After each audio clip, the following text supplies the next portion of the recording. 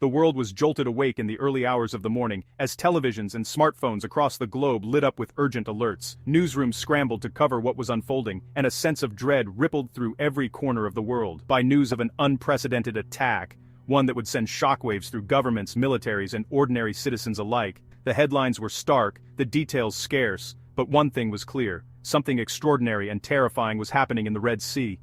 In the strategic waters of the Red Sea, the USS Gerald R. Ford, America's most advanced and formidable aircraft carrier, was suddenly under siege. This floating fortress, a symbol of U.S. naval dominance, found itself at the epicenter of a meticulously coordinated assault. Explosions and alarms shattered the morning calm, echoing across the steel decks as the ship's crew sprang into action. Within seconds, battle stations were manned, and the disciplined chaos of a well-drilled response unfolded. Every sailor knew their role. Every second counted. Fighter jets roared off the deck, slicing through the sky in a blur of speed and determination. Below, the Aegis combat system, a technological marvel, tracked a relentless barrage of incoming threats, its screens lighting up with hostile signatures. The crew worked in unison, their training and nerves tested to the limit.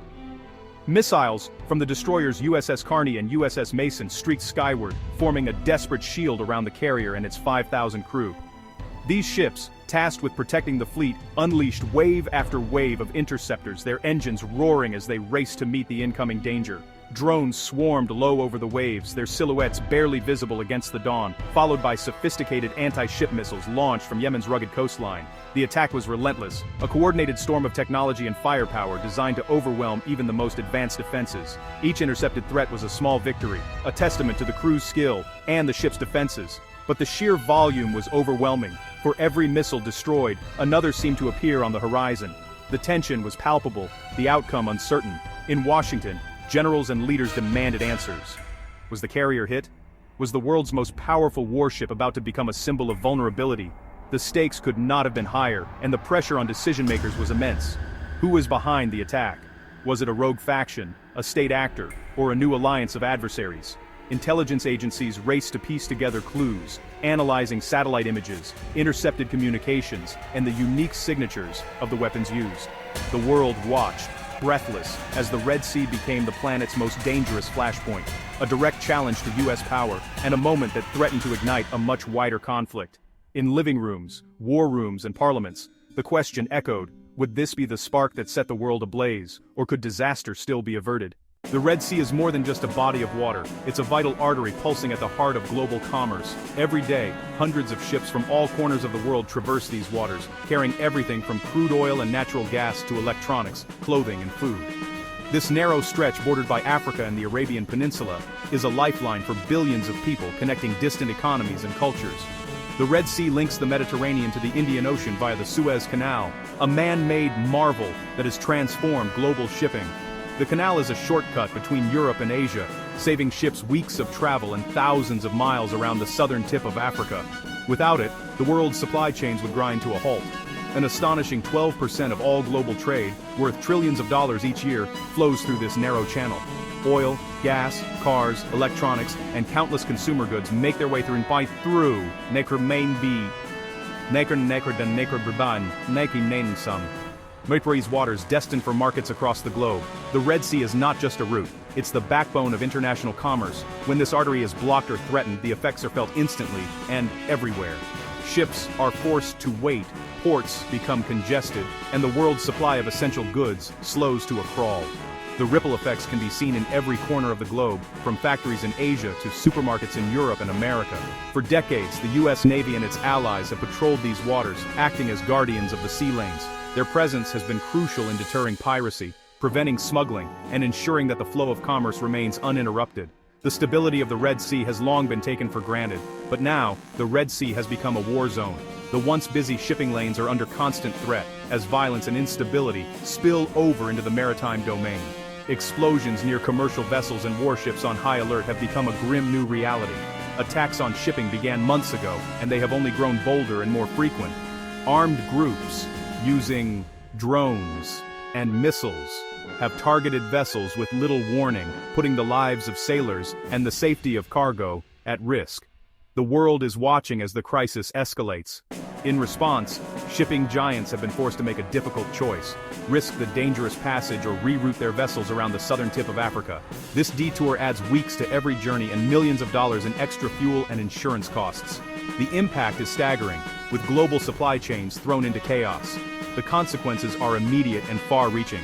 Delays at ports, shortages of goods, and rising transportation costs all contribute to higher prices for consumers. Inflation surges as the cost of everything from groceries to electronics climbs, straining household budgets worldwide. Supply chains are disrupted, forcing factories to slow production or shut down entirely. Businesses lose revenue as they struggle to get the materials they need, and consumers face empty shelves and higher prices for everyday essentials. The economic pain is felt by everyone, from multinational corporations to small family-owned shops. The crisis in the Red Sea is a stark reminder that our world is deeply interconnected. A single choke point, when threatened, can send shockwaves through the entire global economy. As nations scramble to respond, the world is left to grapple with the reality that the security of one narrow waterway can shape the fate of billions. At the heart of this crisis are the Houthis, a movement from northern Yemen. Once a local insurgency, they've become a battle-hardened force after years of civil war and Saudi-led intervention. Their ideology is fiercely anti-American and anti-Israel. Seizing Yemen's capital in 2014, the Houthis transformed into a regional power. Their attacks on Red Sea shipping began as a show of solidarity with Gaza, but soon expanded to target vessels from many nations. By disrupting global trade, they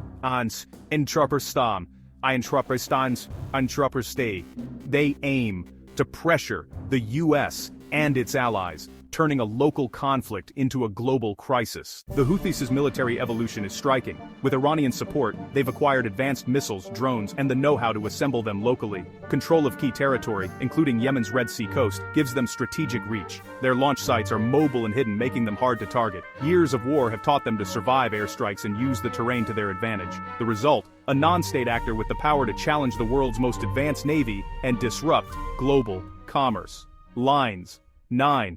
The Houthis wage asymmetric warfare, using cheap, plentiful drones and missiles to threaten expensive U.S. warships. Swarms of drones force American ships to fire costly interceptors, draining resources in a war of attrition. Their anti-ship crews and ballistic missiles are increasingly sophisticated, some capable of evading radar and striking moving targets at sea. Each attack forces the U.S. Navy to stay on constant alert, creating relentless psychological and financial pressure. The Houthis don't need to sink a carrier, just the threat is enough to disrupt trade and score a propaganda victory. A U.S. carrier is never alone. It's the heart of a strike group, shielded by cruisers and destroyers equipped with the Aegis defense system. Fighter jets patrol the skies, while layers of missiles and rapid-fire guns stand ready. But the Houthis' tactics, mixing slow drones with fast missiles, test even the most advanced defenses.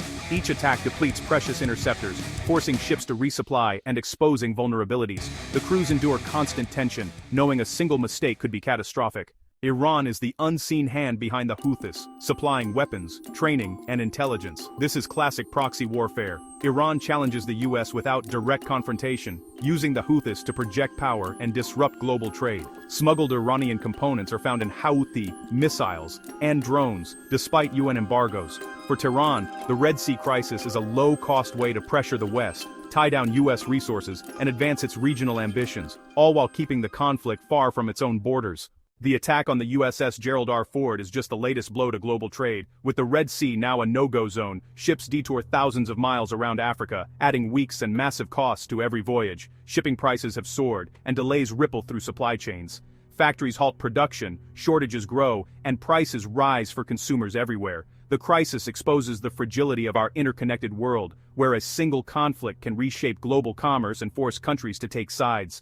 Lines 11. The United States now stands at a crossroads, facing one of the most consequential decisions in recent memory. The stakes are high, and the world is watching. If the U.S. chooses to retaliate forcefully, it risks igniting a dangerous escalation with Iran and its network of regional proxies. Such a move could quickly spiral beyond anyone's control, drawing in more actors and increasing the potential for widespread conflict across the Middle East.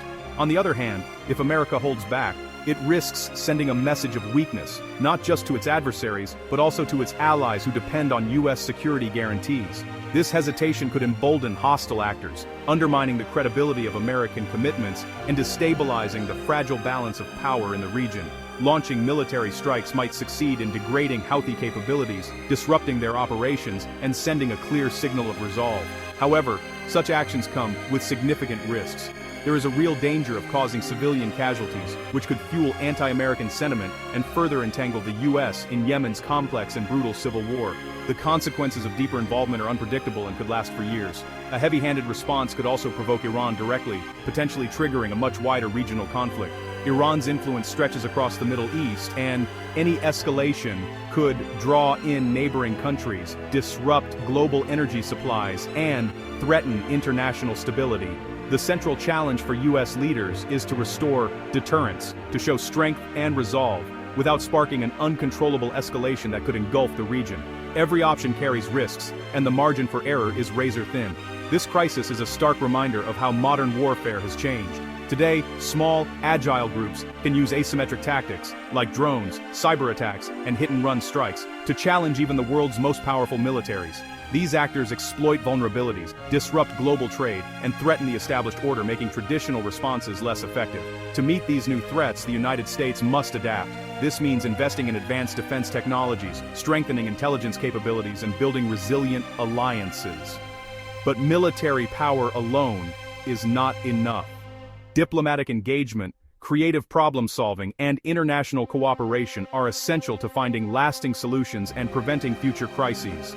The decisions made in the coming days will not only determine the fate of the Red Sea, but will also shape the future of global security for years to come. The world is at a turning point, and America's choice will echo far beyond its own borders.